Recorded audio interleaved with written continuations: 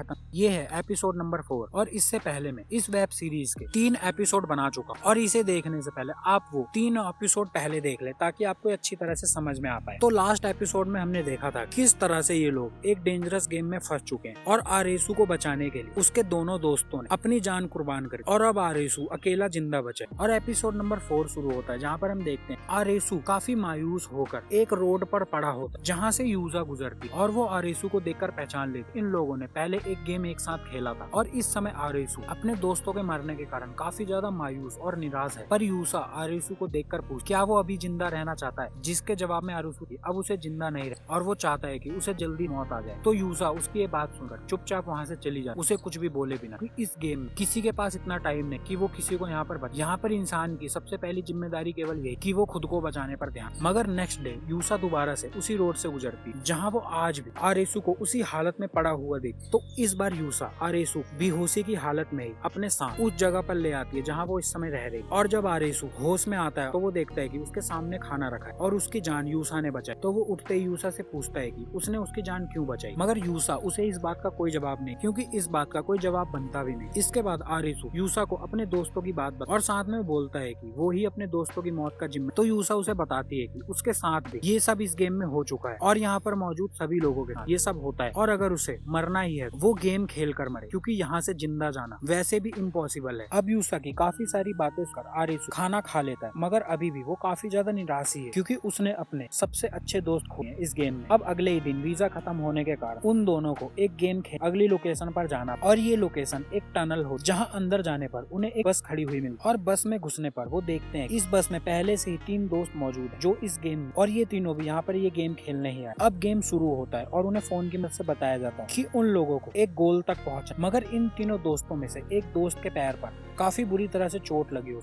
और ये हालात सेम टू सेम वैसे ही होते जैसे आरुषि और उसके दोस्त थे। अब गेम शुरू होते ही उन तीनों दोस्तों में से एक लड़का वहां खड़ी उस बस को स्टार्ट करने की कोशिश करता और वो देखकर बताता है कि ये बस काफी पुराने मॉडल की जो कि डीजल से चलती है, मगर ये बस एकदम ठीक है, मगर इसमें डीजल ही नहीं है। इसका मतलब उन लोगों को भागकर गोल तक पहुंचना होगा। लेकिन उनके तीसरे दोस्त की हालत ये नहीं है कि वो भाग सके, तो वो उन्हें बोलता है कि वो लोग उसे वहीं पर छोड़कर चले जाएं और अब ना चाहते हुए भी उन लोगों को उसको उसी बस में छोड़कर वहां से जाना पड़ा, जिसके बाद वो सभी भागना शुरू कर देते हैं और गोल तक पहुंचने लगते। मगर ये भागना काफी लंबा हो और उनको काफी लंबी दूरी तय करनी हो, जिसमें वो काफी ज्यादा थक जाते हैं और इसी बीच में उन्हें एक जगह मिलती है जहाँ पर उन लोगों के लिए बॉटल्स रखे, मगर वो लोग थके होने के कारण और काफी प्यासे होने के बाद भी उन बोतलों से पानी नहीं पीते हैं, क्योंकि उन लोगों को शक हो कि ये भी उस गेम की एक चाल है। जिसे देखते हुए यूजा अपने पास रखी एक छोटी सी बोतल में से उन सबको पानी पिलाती है और उन सबकी मदद करती है। अब इसके बाद वो दोबारा से भागना शुरू करते हैं, जिसके बाद वो एक लोकेशन पर पहुंचे जहाँ पर काफी सारी कार खड़ी हो, मगर यूजा को ऐसा लगता है कि आसपास कोई है, जिसके तुरंत ही बाद वहाँ पर एक खूंखार जानवर उन पर अटैक कर देता है, जिसे उन लोगों को रोकने के लिए ही वहाँ पर छोड़ा गया और इसी अटैक में उन दोनों दोस्तों में से एक की जान चली जाती, मगर वो अपने साथ साथ उस जानवर को भी जान से मार देता। और जब ये सब हो रहा होता है तो हम देखते हैं कि इनका हाल भी सेम आरेसू जैसा ही हो रहा है जैसा उसके दोस्तों के साथ। लेकिन इसके बाद जब वो दोबारा से भागना शुरू करते हैं तो बीच में ही आरेसू देखता है कि एक जगह पर